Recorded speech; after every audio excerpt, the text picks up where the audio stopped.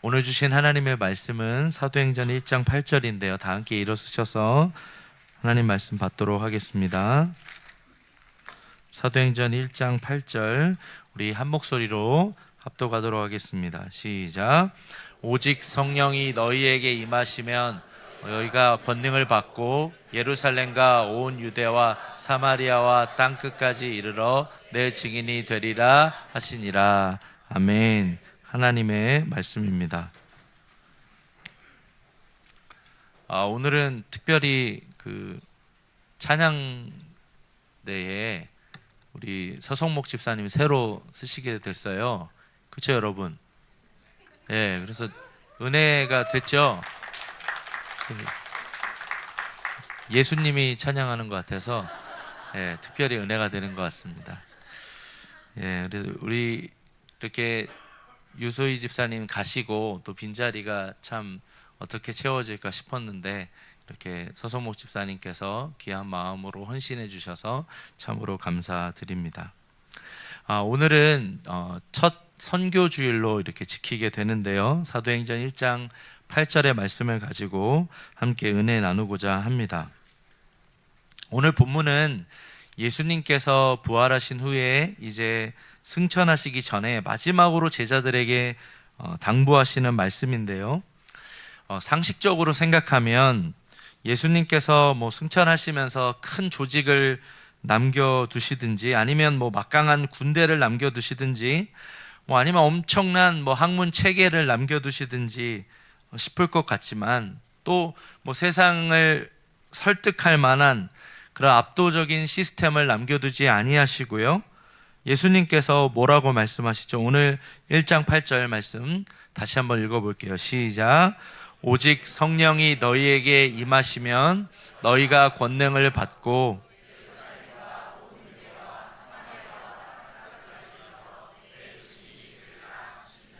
아멘. 여기 보니까 예수님께서 당부하신 게요, 내 증인이 되리라. 우리 예수님은 건물을 남기신 것이 아니고요, 증인을 남기셨습니다. 제도를 남기신 것도 아니고요, 증인을 남기셨어요. 어떤 프로그램을 남기신 것도 아니고 증인을 남기셨습니다. 이처럼 사도행전은 증인들의 이야기입니다.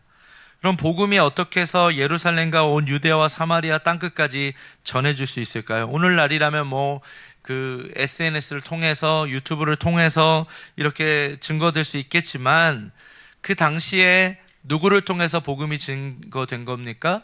복음의 증인들을 통해서였습니다. 저는 올해부터 우리가 매해마다 이렇게 52주 중에 한 주를 정해서 이렇게 선교 주일로 지키고자 합니다. 그렇다면 저와 여러분 가운데 저는 질문을 한번 던지고 싶습니다. 여러분은 지금 교회를 다니시는 그저 교인이십니까? 아니면 예수님의 증인이십니까? 별로 대답이 없으신데요. 우리가 교회를 다니지만 우리가 교인입니다라고 말하지만 우리가 이 땅을 살아가며 복음의 증인으로 살아가야 될 줄 믿습니다. 그렇다면 오늘 본문의 말씀을 통해서 우리가 증인으로 살아가기 위해 꼭 기억해야 될 두 가지를 나누고자 합니다. 첫 번째로 증인은 성령의 권능을 받은 사람들입니다. 같이 따라해 보겠습니다. 증인은 성령의 권능을 받은 사람들입니다. 우리 8절에 보니까 오직 성령이 너희에게 임하시면 너희가 권능을 받고, 예수님께서는 증인이 되라고 말씀하시기 전에 오직 성령이 너희에게 임하시면 너희가 권능을 받게 될 거라고 말씀합니다. 저와 여러분이 어떻게 증인될 수 있습니까? 증인은 우리가 열심히 노력한다고 증인될 수 있는 게 아니고요, 내가 내일부터 증인될 겁니다 라고 결단한다라고 증인되는 게 아닙니다. 증인의 필수 조건이 무엇이냐면 성령이 임하는 겁니다. 성령의 권능을 받아야 우리가 증인이 될 수 있는 것이죠. 사복음서의 제자들과 오늘 본문에 등장하는 그 사도행전의 제자들의 차이가 무엇일까요, 여러분? 성령입니다. 순전한 기독교를 쓴 C.S. 루이스라는 분 아마 잘 아실 겁니다.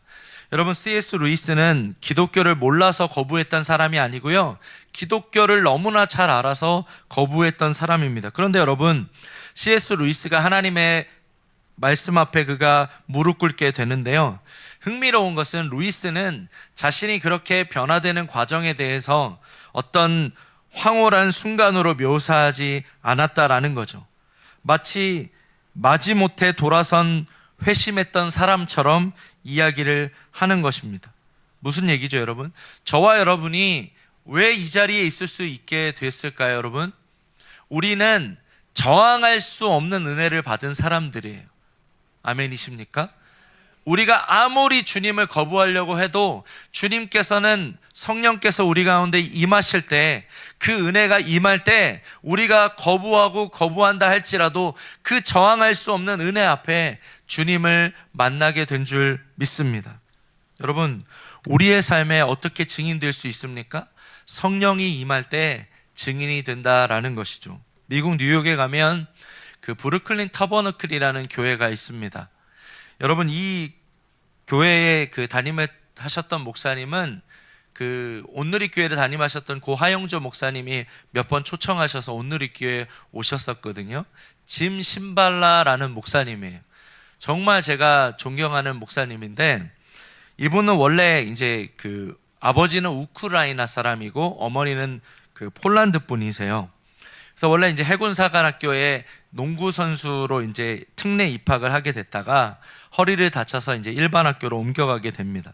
단 한 번도 목회자가 될 거라고 생각해 본 적이 없는데, 그 장인이 이제 허친스 목사님인데 이분이 부흥사였습니다.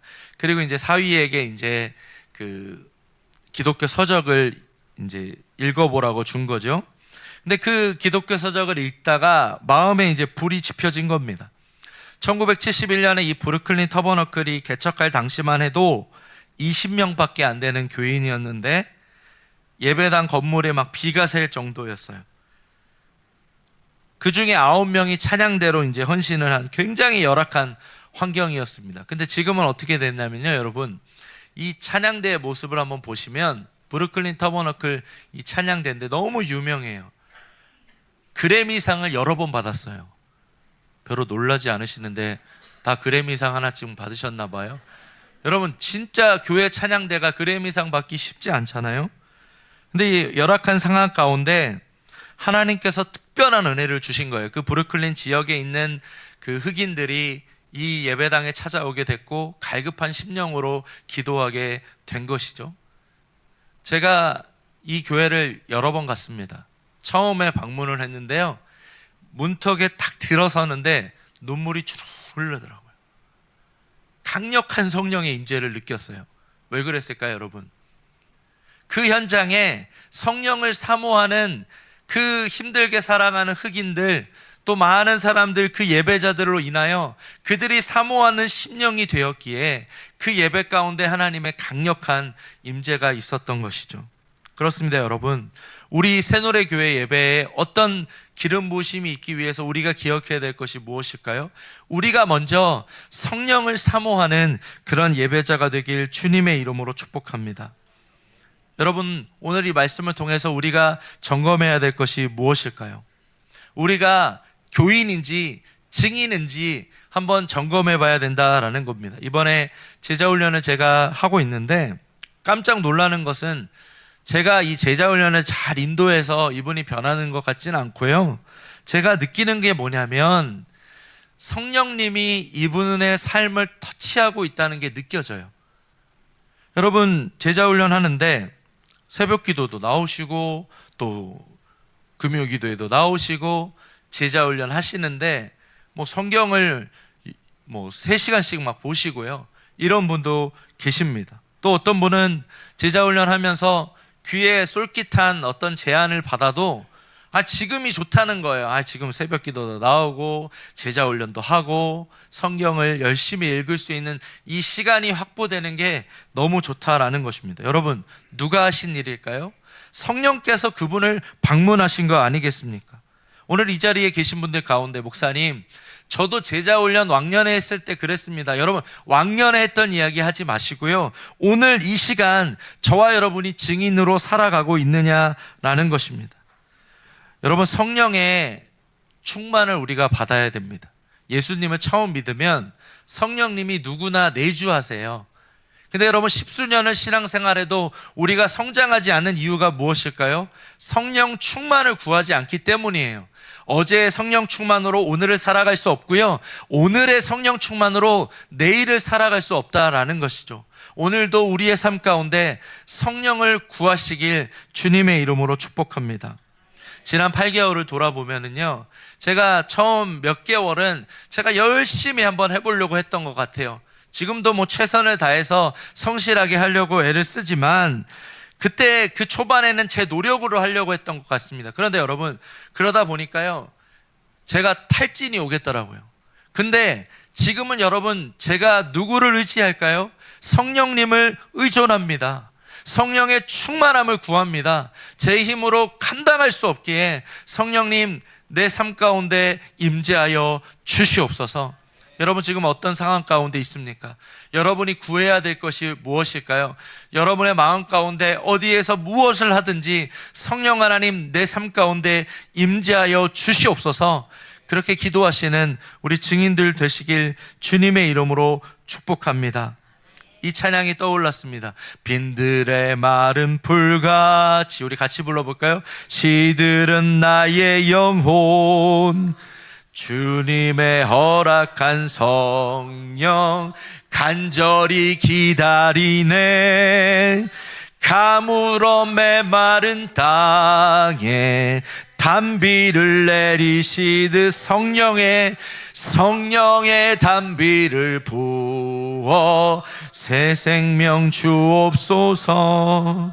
그렇습니다, 여러분. 우리의 삶 가운데 빈들의 마른 풀 같은 우리의 심령 가운데 오늘 기름 부어 달라고 기도하시는 우리 모든 성도님들 되시길 주님의 이름으로 축복합니다.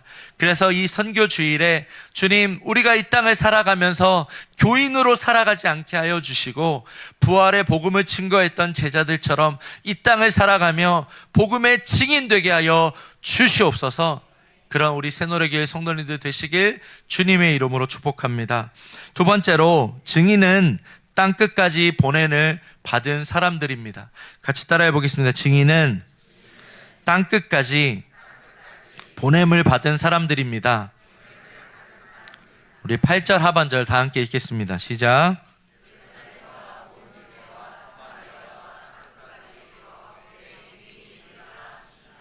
아멘. 여러분, 여기 보니까요, 증인은 예배당 안에서만 머무는 사람들이 아닙니다. 증인은 세상 속으로 보냄받은 사람입니다. 예수님께서 승천하시면서 너희 제자들끼리 잘 모여서 잘 지내라, 은혜 받고 서로 위로하고, 여러분 그렇게 말씀하지 아니하셨고요, 오늘 말씀에 뭐라고 말씀하죠? 땅끝까지 이르러 내 증인이 되리라. 사실 여러분, 저는 예수님을 만나고 신학교를 다닐 때 처음에 그 해외 선교에 대해서 굉장히 부정적인 사람이었습니다. 왜 그랬을까요, 여러분? 사실 대한민국에만 해도 예수 믿지 않는 사람 너무나 많잖아요. 굳이 뭐 해외까지 가서 복음을 전해야 되나라는 생각이 들었거든요. 근데 제 삶에 완전히 저의 관점을 바꿔놓은 계기가 있었는데요. 마태복음 28장 19절 20절 같이 읽겠습니다. 시작. 그러므로 너희는 가서 모든 민족을 제자로 삼아 아버지와 아들과 성령의 이름으로 세례를 베풀고 내가 너희에게 분부한 모든 것을 가르쳐 지키게 하라. 볼지어다 내가 세상 끝날까지 너희와 항상 함께 있으리라 하시니라. 여기 보세요. 뭐라고 말씀하죠? 모든 민족이에요. 대한민국에 구원받지 못한 사람 많죠. 국내 선교해야 되죠. 우리가 해외에도 왜 나가서 복음을 전거해야 됩니까? 예수님이 가르쳐 주셨던 그레이트 커미션, 대위임령, 하나님께서 우리에게 말씀하신 거예요. 그래서 이 말씀을 통해서 우리 모두에게 명령하신 거죠. 모든 민족을 가서 그리스도의 제자 삼으라고 이야기하신 것입니다. 예수님께서 승천하시면서 팔레스타인 땅만 변화시키라고 한 것이 아니고요, 예루살렘과 온 유대와 사마리아와 땅끝까지 이르러 복음을 증거하는 증인이 되리라고 말씀하신 것이죠. 지금 여러분의 삶의 땅끝은 어디입니까? 믿지 않는 남편, 믿지 않는 아내, 믿지 않는 자녀들입니까? 그것이 여러분의 땅끝이 될 수 있겠죠. 그런데 여러분, 그것이 지경이 넓어져서 복음을 증거함을 통하여 여러분 모두가 땅끝까지 복음 전하는 증인 되시길 간절히 소망합니다. 제가 신학교 1학년 때 그 해외 선교로 일본을 처음으로 가게 됐습니다. 그 일본에 이제 그 큐슈라는 곳에 갔는데 그때 너무나 더웠습니다. 거의 40도 정도 됐는데 배낭에 거의 완전 군장처럼 이렇게 텐트를 이렇게 다 메고 가게 되는데, 가기 전에 정말 제가 기도를 많이 했어요. 거의 뭐 40일 동안 한 달 넘게 제가 그 기도회를 저녁마다 인도했거든요. 제가 신학교 1학년 때. 그리고 이제 일본으로 가게 된 거죠. 가서 여러분, 제가 뭐 일본어를 얼마나 하겠습니까? 외워서 이제 복음을 전한 거죠. 예수 크리스토와 카미사마노 미코 데스. 예, 외운 거 이거 입에 붙어버린 거예요. 예, 윤사마잖아요. 근데 카미사마, 그러니까 예수 그리스도는 하나님의 아들이십니다. 외워서 가서 복음 전한 거죠. 열심히 그 40도에 복음을 전하는데, 여러분, 제가 탈진이 와서 쓰러진 겁니다. 그래서 미야자키 병원에 실려간 거예요. 급성 장염이 와가지고 뭐 거의 뭐 진짜 이러다 죽겠구나 싶더라고요. 그 미야자키 병원에 가서 이제 응급실에 가서 이제 회복이 됐는데, 그때 목사님이 그러시더라고요. 제 담당하던 목사님이, 지훈 형제가 아파서 다행이라고. 그렇게 열심히 선교를 준비하고 애썼는데 다른 사람이 그렇게 쓰러지지 않고 지훈 형제가 그렇게 기도했던 그 현장 가운데 애썼는데 이렇게 병원에 입원해서 차라리 다행이라고. 그 얘기가 제가 참 기억이 많이 남습니다. 그 이후로도 제가요, 그 탄자니아도 갔었고요, 방글라데시도 갔었고, 미국에 있을 때 브라질 아마존도 갔습니다. 뭐 아나콘다 나오는 뭐 이런 데는 아니고요. 그 아마존, 어쨌든 아마존은 아마존이, 그곳에 가서 뭐 그때도 뭐 잘 안 되는 그 포르투갈로 이렇게 외워가지고 복음을 전했었거든요. 여러분, 우리의 삶에 왜 이번에 해외 단기 선교를 우리 새노래교회 뭐 한 26명쯤 가시게 된 거거든요. 작년에 바누아투로, 이번에는 이렇게 인도네시아 발리로 가게 됐어요. 뭐 휴양지 아니고요. 굉장히 그 원주민들 사역 쉽지 않을 겁니다. 근데 여러분, 그렇게 가는 그 발걸음 가운데 누가 함께 하실까요? 성령께서 함께 하실 줄 믿습니다. 여러분, 우리의 삶에 어떠한 이 땅을 살아가며 복음을 증거하며 어떻게 살아가야 됩니까? 땅끝까지 복음을 증거하는 우리 성도님들 되시길 주님의 이름으로 축복합니다. 말씀을 준비하는 가운데 제가 참 존경하는 김태훈 선교사님이 떠올랐는데요. 이분은 이제 대학교 때 이제 그 제주도 단기 선교를 준비하다가 주님께서 이제 물으신 겁니다.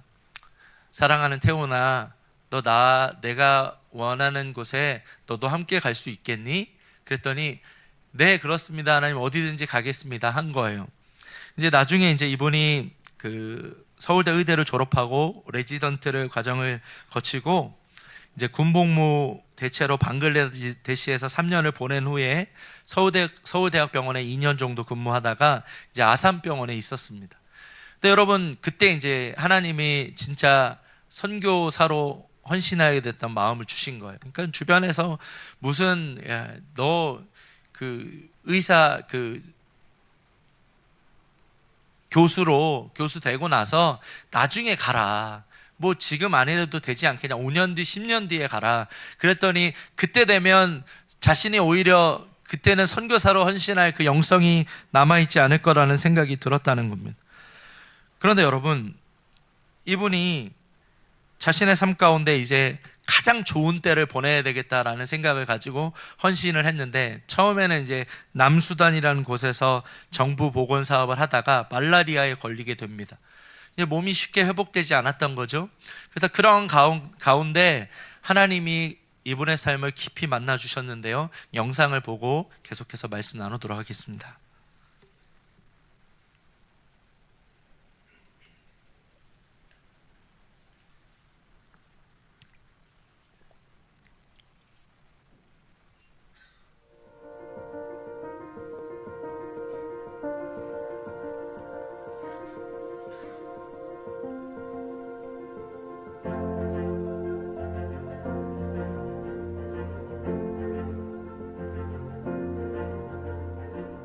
그때 분명한 하나님 음성이 저에게 들린 게 너가 내가 원하는 곳에 갈 수 있겠느냐는 음성이었어요. 그렇게 대답을 했죠. 기도같이.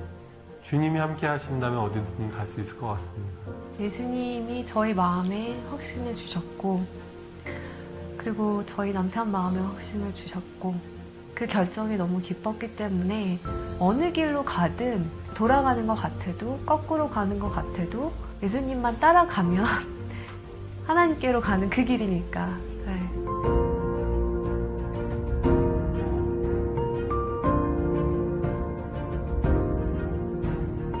예수님이 떠나시고 나서 본인이 하셨던 일을 할 수 있는 제자들을 키우는 데 집중하셨던 것처럼 현지인 의사들과 직접 피부를 맞대고 그 사람들을 양육하고 제가 한 가지 진료를 할 수 있지만 그 진료를 할 수 있게 1명, 2명, 3명을 키울 수 있다면 그것이 더 맞는 길이 아닌가라고 저는 생각을 하고 있고 그렇게 지금도 확신하고 있어요.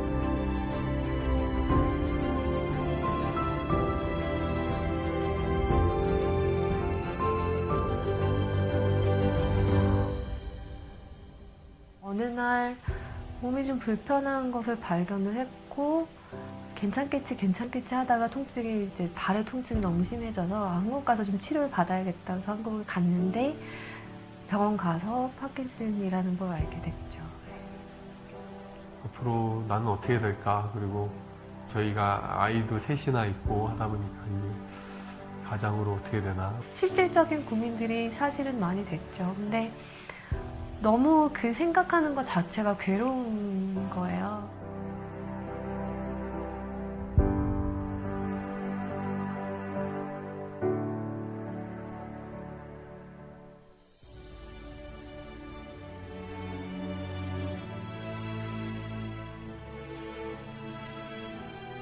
아침에 산책을 갔는데 소나기가 쏟아지는 거예요. 그래서 이 나무가 막 우거져 있는 곳이 있어서 너무 비가 갑자기 오니까 거기를 잠깐 들어갔었죠. 잘 됐다 하고 서 있는데 하나님이 주시는 말씀이 비가 쏟아진다고 집으로 가지 않아도 돼.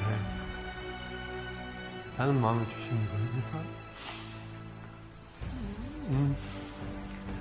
갑작스런 그런 일을 당한다고 해서 돌아갈 필요 없고 그때 피할 수 있는 길을 내시는 겠구나. 눈을 감고 기도를 하는데 하나님이 갑자기 환상을 보여주시는 거예요.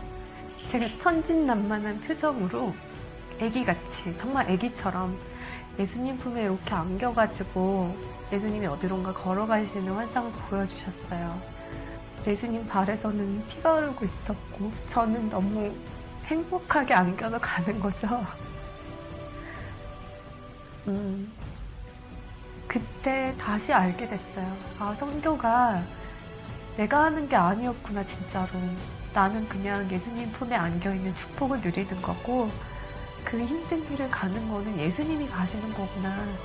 어떨 때는 좀 심하다 싶을 정도로 또 몸이 잘 안 움직여질 때가 있어요. 그러면 저도 두려움이 확 몰려올 때도 있죠. 아, 이렇게 점점 더 몸이 굳어가는 거구나.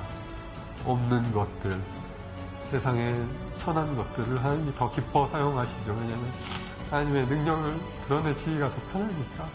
저도 이제 하나님의 영광을 더 드러내기 편한 사람이 돼가는 거 아닌가 하는 생각이 들어요.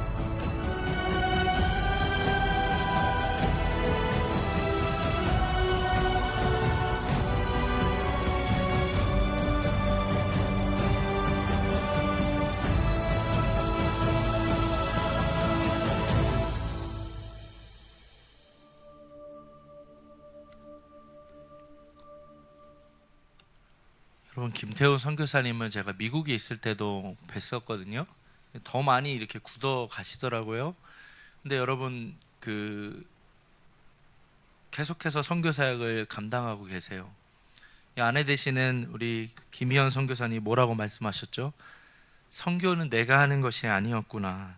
예수님의 품에 안겨서 축복을 누리는 것이고 힘든 길은 예수님이 가시는구나. 여러분, 이분의 삶에 참 그 고백이 와닿지 않습니까? 오히려 자신이 깨어진 그릇 같은 존재인데 하나님의 영광을 드러내기 위한 편한 사람이 되어가고 있다고요. 지금 여러분의 삶은 어떻습니까? 고난 중에 계십니까? 하나님이 여러분의 삶을 쓰시기에 편한 사람이 되어가고 있는 거예요. 아멘이세요? 오늘 이 말씀을 통해서 우리가 기억해야 될 것이 무엇입니까? 우리의 삶에 땅끝이 있습니다. 믿지 않는 남편, 아내, 자녀, 그것이 땅끝일 수 있죠. 근데 그 지경이 넓어져서 우리는 오늘 모든 민족을 향해 나아가라고 하셨던 주님의 말씀을 기억하며 우리는 복음을 전해야 될 줄 믿습니다. 이번에 새노래교회의 땅끝은 인도네시아 발리로 가게 됩니다. 26명의 사람들이 가게 되는데 각 가정 단위로 가시는 분들 이번에 계세요. 온 가족이 다 가시는 거죠. 여러분, 이번 이 새노래교회 단기 선교를 통해서 다시 한번 우리 새노래교회를 향한 하나님의 꿈을 갖는 그러한 우리 새노래교회 되길 주님의 이름으로 축복합니다. 여러분, 우리가 하나님 앞에 열방을 기도하며 섬길 때 하나님께서 우리 교회에 그렇게 선교하고자 하는 분들을 보내주세요. 주님, 이 새노래교회를 통해서 이 오늘의 본문의 말씀처럼 우리 모두가 땅끝까지 복음을 전하는 증인으로 살아가게 하여 주시옵소서. 여러분, 혹시나 이번에 함께 동참하지 못한다면 여러분이 이제 보내는 선교사로 그분들을 위해 중보기도 해주시고 또 그분들을 위해서 또 재정으로 후원해 주시고 그렇게 할 때 이 선교의 현장 가운데 하나님이 큰 열매를 맺게 하실 줄 믿습니다. 말씀을 마무리하는 가운데 또 한 선교사님을 떠오르게 했어요. 우리가 오늘 이 자리에 어떻게 있을 수 있을까요? 제가 미국에 있을 때 보니까요, 정말 그 뛰어났던 엘리트였던 미국의 수많은 선교사님들이 우리 한국으로 오셨더라고요. 특별히 말씀을 준비하는 가운데 엘리자베스 셰핑이라는 분이 떠올랐는데 이분은 1880년 독일에서 태어났어요. 근데 1912년에 3월 달에 32살의 나이로 한국으로 선교사로 옵니다. 그 셰핑인데 이거를 이제 예전에는 한국 이름을 그대로 불렀거든요. 셰핑을 서서평 이렇게 부른 거예요. 그 셰핑을 서서평 이렇게 부른 거죠. 예전에 한국에 오셨던 하비콘 선교사님, 팀켈러 목사님의 스승이었는데 그분도 하비콘인데 간하베 이렇게 불렀어요. 그러니까 이름대로 그렇게 부른 거죠. 근데 여러분, 이분이 선교사로 와서요 22년 동안 보리밥에 된장국 먹고 고무신 신고 다녔어요. 근데 광주에서 만서 풍토병과 과로로 영양실조로 생을 마감했거든요. 근데 남기신 게 뭐냐면 담요 반장, 동전 7전, 강냉이 가루 2호뿐이었어요. 왜 담요가 반장일까요? 반은 찢어가지고 다리 밑에 거지들에게 줬다는 거예요. 전부 다 주고 떠나신 거예요. 마지막에 그의 침대에 가보니 좌우명이 이렇게 적혀져 있었습니다. Not success but service. 뭐냐면 성공이 아니라 섬김입니다. 이분이 대한 책이 바보야 성공이 아니야 섬김이란 책이 있습니다. 여러분, 우리가 이 땅을 살아가면 무엇을 이루어야 성공이라 할 수 있을까요? 여러분, 성공이 아니고요, 우리가 이 땅에서 복음을 증거하는 증인으로 섬길 때 우리의 가정에서 일터에서 우리의 현장마다 복음의 증인으로 살아갈 때 하나님께서 우리를 통해서 하나님의 그 일하심 땅끝까지 복음을 증거하실 줄 믿습니다. 여러분, 이번에 특별히 양승호 우리 김한희 선교사님 이번에 그 선교지로 나가는 건 아니지만 교회를 개척하십니다. 이 지역에 있는 유학생들과 또 다문화 교회를 세울 때 여러분, 이 지역에 있는 유학생이 예수님을 만나서 그 교회에서 세례받고 공부를 마치고 고국으로 돌아가 이제 복음을 증거하면 여러분, 우리는 역선교가 되는 거예요. 도리어 그게 선교사를 파송하는 것이 되는 거 아니겠습니까? 저는 이 두 분의 이 교회를 개척하는 가운데 교회 이름처럼 정말 복음을 잘 이어주는 다리로 그 유학생들과 다문화 가정들이 복음을 경험하는 아름다운 교회로 쓰임받게 되길 주님의 이름으로 축복합니다. 말씀을 정리하겠습니다. 여러분의 삶에 지금 교인이십니까? 아니면 증인이십니까? 바라기는 오늘 이 말씀 기억하셔서 성령의 충만함을 받고 이 땅을 살아가며 땅 끝까지 복음 증거하시는 그리스도의 제자들, 복음의 증인들 되시길 주님의 이름으로 간절히 축복합니다.